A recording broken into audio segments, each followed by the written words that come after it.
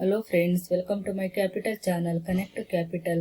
Friends, ಇದುವರೆಗೂ ಇನ್ನೂ ಯಾರೇ ಸಬ್ಸ್ಕ್ರೈಬ್ ಆಗಿಲ್ಲ ನಮ್ಮ ಚಾನಲ್ಗೆ ಸಬ್ಸ್ಕ್ರೈಬ್ ಆಗಿ, ಲೈಕ್ ಮಾಡಿ ಮತ್ತು ಶೇರ್ ಮಾಡಿ ಮತ್ತು ಪಕ್ಕದಲ್ಲಿರೋ ಬೆಲ್ ಐಕಾನ್ನ ಪ್ರೆಸ್ ಮಾಡಿ. ಫ್ರೆಂಡ್ಸ್, ಇವತ್ತು ಕ್ರಾಫ್ಟ್ಸ್ಮನ್ ಆಟೋಮೇಷನ್ ಅವರು IPO ಬಿಡ್ತಾ ಇದ್ದಾರೆ. ಅದು IPO ಅನಾಲಿಸಿಸ್ ನೋಡೋಣ. ಈ ಪೂರ್ತಿ ವಿಡಿಯೋ ನೋಡಿದ್ರೆ ನಿಮಗೆ ಅಪ್ಲೈ ಮಾಡಬೇಕೋ ಬೇಡೋ ಅಂತ ಅಂದ್ಬಿಟ್ಟು ನೀವೇ ಡಿಸೈಡ್ ಮಾಡ್ಬೋದು. ಪೂರ್ತಿ ವಿಡಿಯೋ ನೋಡಿ. ಮೊದಲನೇದಾಗಿ ಇಂಟ್ರೊಡಕ್ಷನ್ ನೋಡೋಣ. ಕಂಪ್ನಿ ಸ್ಟಾರ್ಟ್ ಆಗಿದ್ದು 1986 ಅಲ್ಲಿ, ಇನ್ನು ಕೊಯಂಬತ್ತೂರಲ್ಲಿ ಅಂದ್ರೆ ತಮಿಳುನಾಡಲ್ಲಿ ಇದೆ ಇದು. ಅಂದ್ರೆ ಫೌಂಡರ್ ಯಾರು ಅಂತ ಅಂದ್ರೆ ಇವರು ಶ್ರೀನಿವಾಸನ್ ರವಿ. ಇವರು promoter, chairman and managing director Srinivasan Ravi ಅನ್ನೋರು. ಮತ್ತೆ it is one of the leading engineering organisation. ಅಂದ್ರೆ engaged in manufacturing precision components. ಏನೇನು ಪ್ರಿಸಿಷನ್ ಕಾಂಪೋನೆಂಟ್ಸ್ ಇದೆಯೋ ಇದು ಮ್ಯಾನುಫ್ಯಾಕ್ಚರ್ ಮಾಡೋದ್ರಲ್ಲಿ it is one of the leading company. ಮತ್ತೆ design, develop and manufacture of range of engineering products ಎಲ್ಲ ಇರ್ತಲ್ಲ, ಇದನ್ನ design ಮಾಡೋದು, ಡೆವಲಪ್ ಮತ್ತು ಮ್ಯಾನುಫ್ಯಾಕ್ಚರಿಂಗ್ ಮಾಡೋದು company. It is one of the leading players in the ಮಿಷನಿಂಗ್ of cylinder blocks for the tractor segment. Tractor segment ಅಲ್ಲಿ ಏನು cylinder blocks ಬರುತ್ತಾ ಇದನ್ನ ಮಿಷನಿಂಗ್ ಸಿಲಿಂಡರ್ ಬ್ಲಾಕ್ಸ್ ಇದನ್ನ ಮ್ಯಾನುಫ್ಯಾಕ್ಚರ್ ಮಾಡೋದ್ರಲ್ಲಿ ಇದೊಂದು leading company. The company's 12 states manufacturing facilities ಇದೆ across 7 cities in India. ಅಂದ್ರೆ over all ಇಂಡಿಯಾದಲ್ಲಿ ಇವ್ರದ್ದು 7 ಸಿಟೀಸ್ ಅಲ್ಲಿ ಇದೆ. ನೆಕ್ಸ್ಟ್ ಏನೇನು ಕಸ್ಟಮರ್ ಯಾರ್ಯಾರು ಇದ್ದಾರೆ ಅಂತ ನೋಡಿ. Tata Motors, Daimler India, Tata Cummins, Mahindra and Mahindra, Royal Enfield, Siemens, Escorts, Ashok Leyland, ಮತ್ತೆ VE ಕಮರ್ಷಿಯಲ್ ವೆಹಿಕಲ್, ಮತ್ತೆ TIFE ಮೋಟಾರ್ಸ್, ಟ್ರ್ಯಾಕ್ಟರ್ಸ್ ಎಕ್ಸೆಟ್ರಾ. ಅಂದ್ರೆ ಇವರೆಲ್ಲ ಇವ್ರ ಕ್ಲೈಂಟ್ಸ್ ಬರ್ತಾರೆ. ಇವ್ರ ಕಸ್ಟಮರ್ಸ್ ನೋಡಿದ್ರೆ ಗೊತ್ತಾಗುತ್ತೆ ಇವ್ರದ್ದು ಬಿಸ್ನೆಸ್ ಮಾಡಲ್ ಏನೇನಂತ. ಏನೇನು ಇವ್ರಿಗೆ ಎಲ್ಲ ಇವರು ಸ್ಪೇರ್ಸ್ ಪಾರ್ಟ್ಸ್ ಎಲ್ಲ ಬೇಕಿರುತ್ತಲ್ಲ ಇದನ್ನೆಲ್ಲ ಈ ಕಂಪ್ನಿಯವರು ಮ್ಯಾನುಫ್ಯಾಕ್ಚರ್ ಮಾಡಿ ಕೊಡ್ತಾ ಇದ್ದಾರೆ. ಇವರೆಲ್ಲ ಇವ್ರ ಕ್ಲೈಂಟ್ಸ್, ಒಳ್ಳೊಳ್ಳೆ ಕ್ಲೈಂಟ್ಸ್ ಇದ್ದಾರೆ ಇವ್ರಿಗೆ.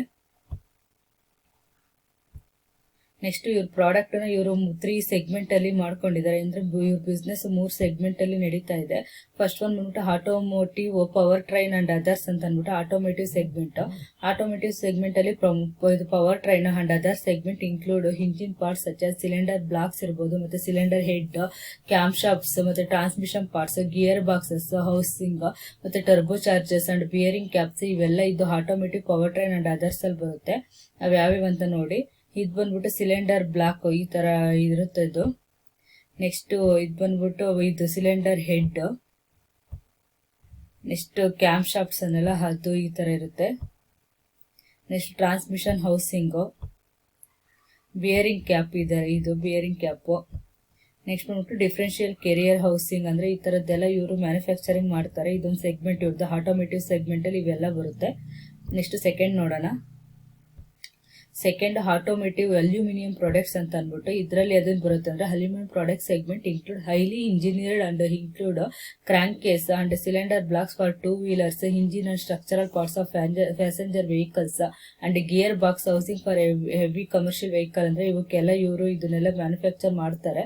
ಅಂದ್ರೆ 2 ವೀಲರ್ಸ್ಗೆಲ್ಲ ಸಿಲಿಂಡರ್ ಬ್ಲಾಕ್ಸ್ ಮತ್ತೆ ಇಂಜಿನ್ ಮತ್ತೆ ಸ್ಟ್ರಕ್ಚರಲ್ ಪಾರ್ಟ್ಸ್ ಎಲ್ಲ ಬರುತ್ತಲ್ಲ ಪ್ಯಾಸೆಂಜರ್ ವೆಹಿಕಲ್ಸ್ಗೆ, ಮತ್ತೆ ಗಿಯರ್ ಬಾಕ್ಸ್ ಎಲ್ಲ ಬರುತ್ತೆ ಹೆವಿ ಕಮರ್ಷಿಯಲ್ ವೆಹಿಕಲ್ಸ್ಗೆ. ಇದೆಲ್ಲ ಇವರು ಆಟೋಮೇಟಿವ್ ಅಲ್ಯೂಮಿನಿಯಂ ಪ್ರಾಡಕ್ಟ್ ಅಲ್ಲಿ ಮ್ಯಾನುಫ್ಯಾಕ್ಚರ್ ಮಾಡ್ತಾರೆ. ನೋಡಿ ಇಲ್ಲಿ ಇದೆ ನೋಡಿ, ಇದೆಲ್ಲ ಇವ್ರದ್ದು ಪಾರ್ಟ್ಸ್, ಇವ್ರು ಮ್ಯಾನುಫ್ಯಾಕ್ಚರ್ ಮಾಡೋ ಪಾರ್ಟ್ಸ್ಗಳು. ನೆಕ್ಸ್ಟ್ ಥರ್ಡ್ ನೋಡಿ, ಇಂಡಸ್ಟ್ರಿಯಲ್ ಅಂಡ್ ಇಂಜಿನಿಯರಿಂಗ್ ಡಿವಿಷನ್ ಅಂತ. ಇದು ಥರ್ಡ್ ಇವ್ರದ್ದು ಬಿಸ್ನೆಸ್ ಸೆಗ್ಮೆಂಟ್. ಇದ್ರಲ್ಲಿ ಏನೇನು ಬರುತ್ತೆ ಅಂದ್ರೆ engaged in manufacturing material handling equipment ಎಲ್ಲ ಬರುತ್ತೆ. That is hoist, industrial gears, marine engines, crane kits, ಮತ್ತೆ gearboxes, locomotive equipment, storage solution et cetera. ಅಂದ್ರೆ ಇದೆಲ್ಲ ಇವರು ಇಂಡಸ್ಟ್ರಿಯಲ್ ಮತ್ತೆ ಇಂಜಿನಿಯರಿಂಗ್ ಡಿವಿಷನ್ ಅಂಡರ್ ಅಲ್ಲಿ ಬರುತ್ತೆ. ಅದು ಯಾವ್ದಾದ್ರು ಪ್ರಾಡಕ್ಟ್ ಅಂತ ನೋಡಿ. ಇದು ಬಂದ್ಬಿಟ್ಟು ಇದು ಗಿಯರ್ ಪ್ರಾಡಕ್ಟ್ಸ್ ಅಂತ ಏನ್ ಕರಿತೀವಿ, ಇದೆಲ್ಲ ಈ ತರದ್ದು ಇವ್ರದ್ದು ಪ್ರಾಡಕ್ಟ್ಸ್. ಮತ್ತೆ ನೆಕ್ಸ್ಟ್ ಇವ್ರದ್ದು ಮೆಟೀರಿಯಲ್ ಹ್ಯಾಂಡ್ಲಿಂಗ್, ಮತ್ತೆ ಮೆಟೀರಿಯಲ್ ಹ್ಯಾಂಡ್ಲಿಂಗ್ ಮಾಡೋದಕ್ಕೆ ಈ ತರ ಎಲ್ಲ ಮಿಷನ್ಸ್ ಇದೆಲ್ಲ ಇವ್ರು ಮ್ಯಾನುಫ್ಯಾಕ್ಚರ್ ಮಾಡ್ತಾರೆ. ಮತ್ತೆ ಏನು ಸ್ಟೋರೇಜ್ ಸಿಸ್ಟಮ್ ಏನೇನಿರುತ್ತೆ, ಹಿಂಗೆ ಸ್ಟೋರ್ ಮಾಡೋ ಸಿಸ್ಟಮ್ ಎಲ್ಲ ಇರುತ್ತಲ್ಲ, ನೀವು ಮೆಟ್ರೋ ಅಲ್ಲೆಲ್ಲ ಹೋದ್ರೆ ನೋಡ್ತಿರಲ್ಲ ಸ್ಟೋರಿಂಗ್ ಸಿಸ್ಟಮ್ ಎಲ್ಲ, ಇದೆಲ್ಲ ಇವರು ಮ್ಯಾನುಫ್ಯಾಕ್ಚರ್ ಮಾಡಿ ಇವರು ಪ್ರೊವೈಡ್ ಮಾಡ್ತಾರೆ ಕಂಪ್ನಿಗಳಿಗೆ. Next Craftsman Automation makes product under following segment. ಅಂದ್ರೆ ಇವರು ಏನೇನು ಎಷ್ಟೆಷ್ಟು ರೆವಿನ್ಯೂ ಯಾವ್ದು ಪ್ರಾಡಕ್ಟ್ ಸೆಗ್ಮೆಂಟ್ ಅಲ್ಲಿ ಬರುತ್ತೆ ಅಂತ ನೋಡಿ. ಇವ್ರದ್ದು 3 ಪ್ರಾಡಕ್ಟ್ ಸೆಗ್ಮೆಂಟ್ಸ್ ಇದಾವೆ. ಅದೇ ಹೇಳಿದ್ನಲ್ವಾ, automotive, power train and others ಅಲ್ಲಿ ಇವ್ರ ರೆವಿನ್ಯೂ ಬಂದ್ಬಿಟ್ಟು 51% ಅದರಿಂದ ಬರುತ್ತೆ. ಮತ್ತೆ ಆಟೋಮೇಟಿವ್ ಅಲ್ಯೂಮಿನಿಯಂ ಪ್ರಾಡಕ್ಟ್ ಅಲ್ಲಿ 21% ರೆವಿನ್ಯೂ ಬರುತ್ತೆ. ಮತ್ತೆ ಇಂಡಸ್ಟ್ರಿಯಲ್ ಅಂಡ್ ಇಂಜಿನಿಯರಿಂಗ್ ಸೆಗ್ಮೆಂಟ್ ಅಲ್ಲಿ 28% ಇವ್ರಿಗೆ ರೆವಿನ್ಯೂ ಬರುತ್ತೆ. ಯಾವುದರಿಂದ ಎಷ್ಟೆಷ್ಟು ರೆವಿನ್ಯೂ ಬರುತ್ತೆ ಅಂತ ಅಂದ್ಬಿಟ್ಟು. ನೆಕ್ಸ್ಟ್ ಪಿಯರ್ಸ್ ಮತ್ತೆ ಕಾಂಪಿಟೇಟರ್ಸ್ ಯಾರ್ಯಾರು ಇದ್ದಾರೆ ಅಂತ ನೋಡಿ. ಭಾರತ್ ಫೋರ್ಜ್ ಲಿಮಿಟೆಡ್ ಇವರು one of the competitor. Endurance Technologies Limited, Jamna Auto Industries Limited, Mahindra CIE Automotive Limited, ಮತ್ತೆ Minda Industries Limited, Sundaram Fasteners Limited, ಮತ್ತೆ ರಾಮಕೃಷ್ಣ ಫ್ರಾಗಿಂಗ್ಸ್ ಲಿಮಿಟೆಡ್. ಇವರೆಲ್ಲ ಇವರು ಪಿಯರ್ಸ್ ಬರ್ತಾರೆ. ಇಷ್ಟು ಜನ ಇವ್ರದ್ದು ಪಿಯರ್ಸ್ ಮತ್ತೆ ಕಾಂಪಿಟೇಟರ್ಸ್ ಲಿಸ್ಟೆಡ್ ಆಗಿರೋರು.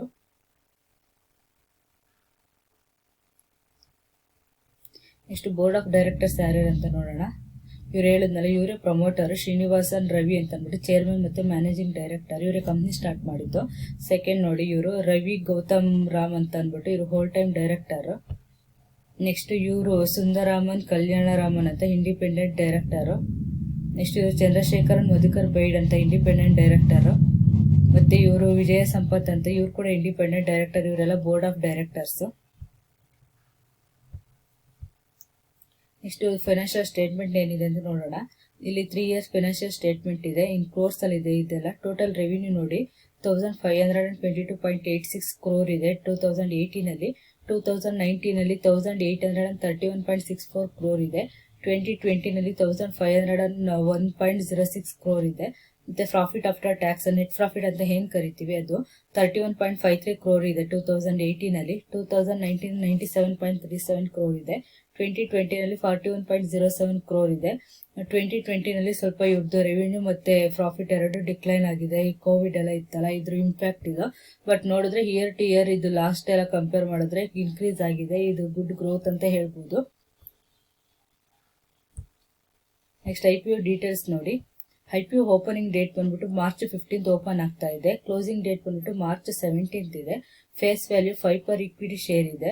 ಮತ್ತೆ IPO ಪ್ರೈಸ್ ಬ್ಯಾಂಡ್ ಏನಿದೆ ಅಂದ್ರೆ ಇವ್ರದ್ದು 1488 rupees to 1490 rupees ಇದೆ per equity share.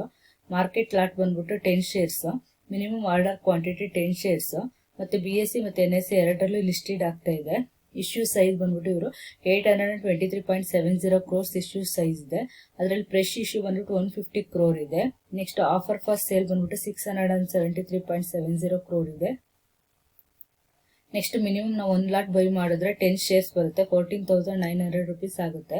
Maximum 13 lots by ಮಾಡ್ಬೋದು, 130 shares ಆಗುತ್ತೆ, 1,93,700 ಆಗುತ್ತೆ. ಮತ್ತೆ ಇವ್ರದ್ದು ಮಾರ್ಕೆಟ್ ಅಲ್ಲಿ ಯಾವಾಗ ಲಿಸ್ಟಿಂಗ್ ಆಗ್ತಾ ಇದೆ ಅಂತಂದ್ರೆ March 25 ಇವ್ರದ್ದು ಮಾರ್ಕೆಟ್ ಲಿಸ್ಟಿಂಗ್ ಆಗ್ತಾ ಇದೆ. ಇಷ್ಟೆಲ್ಲ ಇದು IPO details.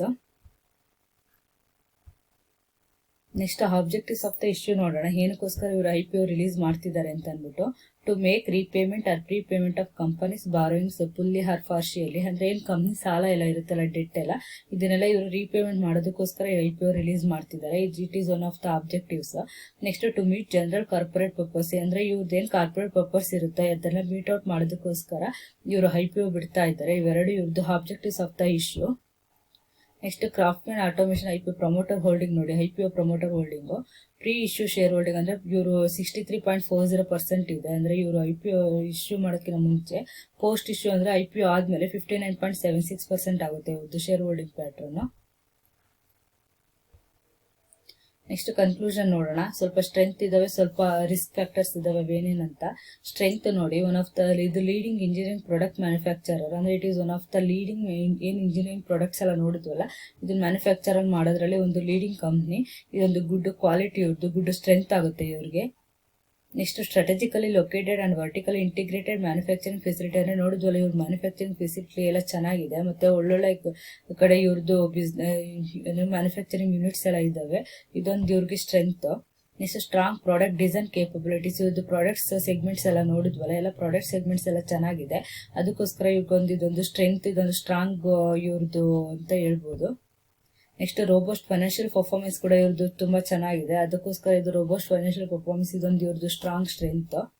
Next some risk factors ಇದಾವೆ ಯಾವ್ಯಾವ ಅಂತ ನೋಡಿ. The company operates in a competitive business environment. ಇವ್ರ ಕಾಂಪಿಟೇಟರ್ಸ್ ಎಲ್ಲ ನೋಡಿದ್ವಲ್ಲ, ಈಗಾಗಲೇ ಕಂಪ್ನಿ ಆಲ್ರೆಡಿ ಲಿಸ್ಟಿಂಗ್ ಆಗಿದಾವೆ. ಒಳ್ಳೊಳ್ಳೆ ಕಂಪ್ನೀಸ್ ಇವ್ರದ್ದು ಕಾಂಪಿಟೇಟರ್ಸ್. ಅವರನ್ನ ಇವರು ಮೀಟ್ ಮಾಡ್ಬೇಕು ಅಂತಂದ್ರೆ ಇವರು ಅದಕ್ಕೋಸ್ಕರ ಇವರು ತುಂಬಾನೇ ಇವ್ರು ಕಾಂಪೀಟ್ ಮಾಡ್ಬೇಕಾಗುತ್ತೆ. ಕಾಂಪಿಟೇಷನ್ ಹೆವಿ ಇದೆ ಈ ಕಂಪ್ನಿಗೆ ಅಂತ ಹೇಳ್ಬೋದು. ಇದೊಂದು ಇವ್ರದ್ದು risk factors. Next, there has been a significant decline in automotive sales even prior to COVID-19, and the company is not certain that sales will recover even after the impact of COVID-19 is over. ಅಂದ್ರೆ Covid ಇತ್ತಲ್ಲ, ಅದರಿಂದ ಇನ್ನು automobile industry ಎಲ್ಲ sales ಎಲ್ಲ decline ಆಗಿತ್ತು. ಇದೊಂದು ಇವ್ರಿಗೆ ತುಂಬಾನೇ ಏಟ್ ಬೀಳುತ್ತೆ, ಅಂದ್ರೆ COVID-19 ಇವ್ರಿಗೆ ಎಫೆಕ್ಟ್ ಆಗುತ್ತೆ. ಇದೊಂದು risk factors. Next, the loss of any of its key customer and significant reduction in production and sales. ಅಂದ್ರೆ ಏನಾದ್ರೂ ಇವ್ರು ಇವಾಗ ಕೀ ಕಸ್ಟಮರ್ಸ್ ಎಲ್ಲ ನೋಡಿದ್ವಲ್ಲ, ಯಾರಾದ್ರೂ ಒಬ್ರನ್ನ ಇಬ್ರನ್ನ ಇವ್ರ ಕ್ಲೈಂಟ್ಸ್ ಕಳ್ಕೊಂಡ್ರು ಸಹ ಇವ್ರ ಪ್ರೊಡಕ್ಷನ್ ಮತ್ತೆ ಸೇಲ್ಸ್ ಇದಕ್ಕೆಲ್ಲ ಇವ್ರಿಗೆ ಡೈರೆಕ್ಟ್ ಆಗಿ ಎಫೆಕ್ಟ್ ಆಗುತ್ತೆ. ಅದೇನಾಗುತ್ತೆ ಬಿಸ್ನೆಸ್ಗೂ ಮತ್ತೆ ಇವ್ರದ್ದು ರಿಸಲ್ಟ್ ಆಫ್ ಆಪರೇಷನ್ ಮತ್ತೆ ಫೈನಾನ್ಷಿಯಲ್ ಕಂಡೀಷನ್ಗೆಲ್ಲ ಡೈರೆಕ್ಟ್ ಇಂಪ್ಯಾಕ್ಟ್ ಆಗುತ್ತೆ. ಇದೊಂದು ಇವ್ರಿಗೆ ಬಿಗ್ ರಿಸ್ಕ್ ಫ್ಯಾಕ್ಟರ್ಸ್ ಅಂತ ಹೇಳ್ಬೋದು. ಫ್ರೆಂಡ್ಸ್, ನೋಡಿದ್ರಲ್ಲ ಕ್ರಾಫ್ಟ್ಮನ್ ಆಟೋಮೇಷನ್ IPOನ.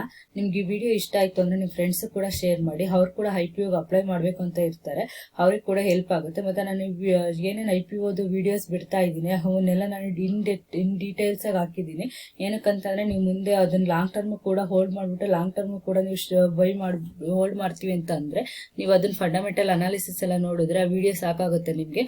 ಅಷ್ಟು ಡೀಟೇಲ್ಸ್ ಆಗಿ ಹಾಕಿದ್ದೀನಿ, ನೀವು ಅವೆಲ್ಲ ವಿಡಿಯೋನು ನೋಡ್ಬೋದು. ನನ್ನ ಚಾನಲ್ಗೆ ಸಬ್ಸ್ಕ್ರೈಬ್ ಆಗಿ, ಲೈಕ್ ಮಾಡಿ, ಮತ್ತೆ ನಿಮ್ಮ ಫ್ರೆಂಡ್ಸ್ ಕೂಡ ಶೇರ್ ಮಾಡಿ. ಈ ವಿಡಿಯೋ ಕೂಡ ನಿಮ್ಗೆ ಇಷ್ಟ ಆಯ್ತು ಅಂತಂದ್ರೆ ನಿಮ್ಮ ಫ್ರೆಂಡ್ಸ್ ಕೂಡ ಶೇರ್ ಮಾಡಿ. ಮತ್ತೆ ನೀವು ಅಪ್ಲೈ ಮಾಡೋದಕ್ಕಿಂತ ಮುಂಚೆ ಇನ್ನೊಂದ್ಸತಿ ನೀವು ಒಂದ್ಸತಿ ಅನಲೈಸ್ ಮಾಡಿ, ಮತ್ತೆ ನೀವು ಫಿನಾನ್ಷಿಯಲ್ ಅಡ್ವೈಸರ್ ಜೊತೆ ಮಾತಾಡ್ಬಿಟ್ಟು ಅಡ್ವೈಸ್ ತಗೊಂಡು ಕೂಡ ನೀವು IPOಗೆ ಅಪ್ಲೈ ಮಾಡ್ಬೋದು. ಈ IPOಗೆ ಅಪ್ಲೈ ಮಾಡೋದಕ್ಕೆ ನಿಮ್ಗೆ ಅಪ್ಲೈ ಆಗ್ಲಿ, ನಿಮ್ಗೂ ಅಲಾಟ್ಮೆಂಟ್ ಆಗ್ಲಿ ಅಂತ ಹೇಳ್ತಾ ಇದ್ದೀನಿ. ಮತ್ತೆ ನನ್ನ ಚಾನಲ್ಗೆ ಸಬ್ಸ್ಕ್ರೈಬ್ ಮಾಡಿ, ಮತ್ತೆ ಬೆಲ್ ಐಕನ್ ಇರುತ್ತಲ್ಲ ಅದನ್ನ ಪ್ರೆಸ್ ಮಾಡಿ. ನಾನು ಮಾಡೋ ನೋಟಿಫಿಕೇಶನ್ ಫಸ್ಟ್ ನಿಮಗೆ ಬರುತ್ತೆ. Thank you for watching.